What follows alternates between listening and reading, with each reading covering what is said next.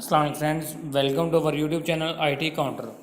दोस्तों, आज के इस वीडियो में हम आपको बताएंगे कि अगर आप नया फ़ोन लेते हैं ओप्पो का या पुराना, तो आप उसकी वारंटी किस तरह से चेक कर सकते हैं कि अगर आप नया फ़ोन ले रहे हैं तो वो किस डेट को एक्टिव हुआ है, या फिर आप सेकेंड हैंड फ़ोन ले रहे हैं तो उसकी वारंटी कितनी पड़ी है या फिर ख़त्म हो चुकी है। तमाम चीज़ें आपको इस वीडियो में बताई जाएंगी।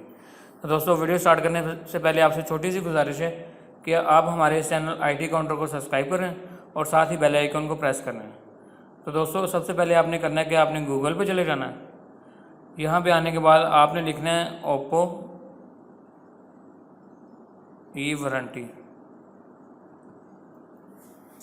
दोस्तों, आप इस वेबसाइट पे आ चुके हैं। इसके बाद आपने सबसे पहले लिंक पे क्लिक कर देना।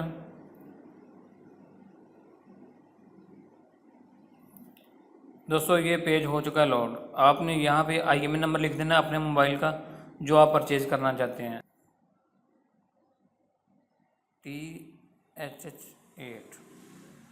उसके बाद आपने चेक नाउ पे क्लिक कर देना। दोस्तों, ये फ़ोन आ चुका है, जो मॉडल है वो आ चुका है ओप्पो F7। साथ में IMEI नंबर जो हमने लिखा था। नीचे वारंटी स्टेटस आ रहा है कि वारंटी एक्सपायर्ड फॉर, कह रहा है कि इस फ़ोन की वारंटी एक्सपायर हो चुकी है। अगर एक दिन की भी वारंटी पड़ी हो तो यहाँ पे स्टेटस आ जाएगा कि इस डेट को इसकी वारंटी एक्सपायर हो रही है।